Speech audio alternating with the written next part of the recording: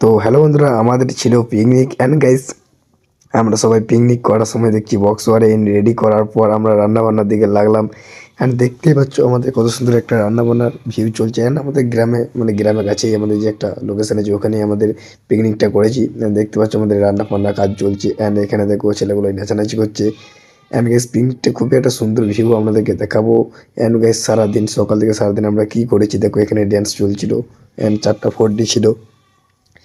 And আপনারা side দেখতে পাচ্ছ এখানে আমাদের রান্না বান্না চলছে। এখানে হচ্ছে চাটনি হচ্ছে, আলু পোস্ত হচ্ছে, মাংস হবে, অ্যান্ড আমাদের ভাত আছে, সাথে আমাদের আছে পাঁপড়, দই।